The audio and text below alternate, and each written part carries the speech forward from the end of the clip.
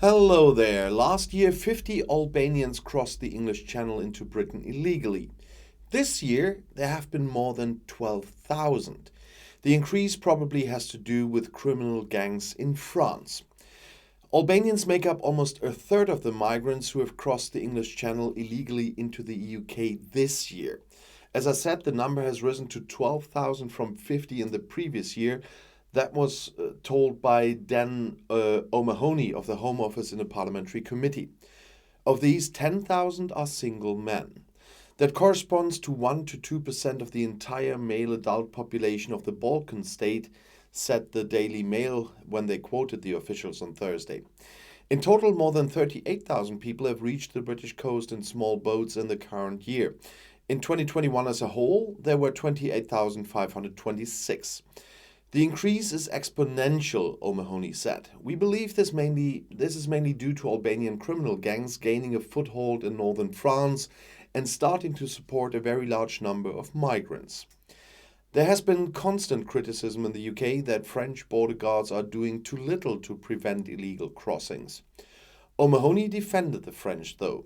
So far, they have prevented 28,000 attempts and destroyed more than 1,000 boats. That's twice as much as last year, the officials said. The Conservative government wants to limit the number of migrants entering the country illegally. As a deterrent, it has reached an agreement with Rwanda. In the future, migrants should be handed over to the East African country and apply for asylum there instead of in Great Britain. If the request is granted, they should stay there. Otherwise, they face deportation to their countries of origin. The United Nations Refugee Agency sees the plan as a breach of international law, and it most probably is. The Minister of the Interior is, of course, responsible for this topic. But there is trouble at the moment, as you all already know. The newly appointed government under the new British Prime Minister Rishi Sunak is already under friendly fire.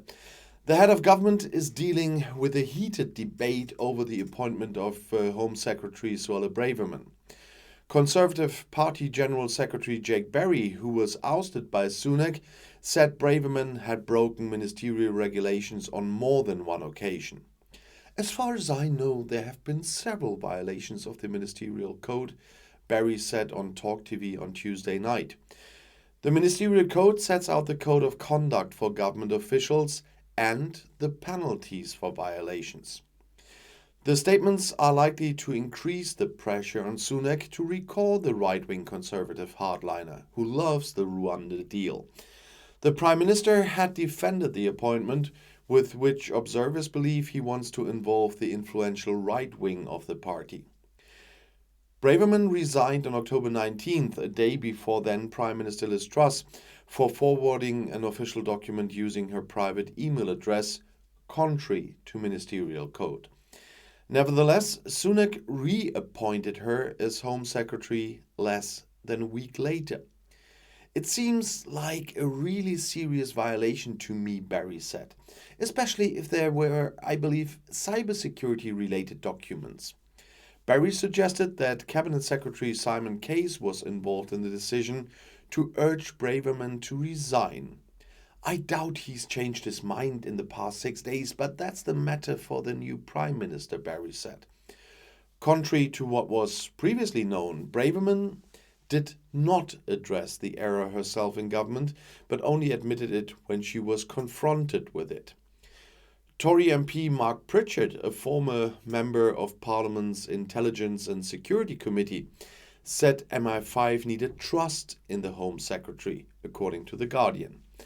Any disruption in this regard is bad for both the government and the security services. It has to be settled as soon as possible, he said.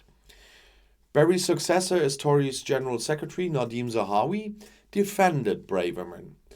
The Home Secretary quickly realized her mistake, he said, and that was also according to The Guardian. The opposition is calling for an independent investigation into the case. Shadow Labour Home Secretary Yvette Cooper urged a swift review. Ignoring warnings about security risks when appointing a Home Secretary is highly irresponsible and dangerous. We need answers now. And once again, unfortunately, I have to agree with the Social Democrat. They are right about this, but we all know what dirty deal Sunak made with Braverman's part of the party to get in office. I'll see you in my next video. I'll be back.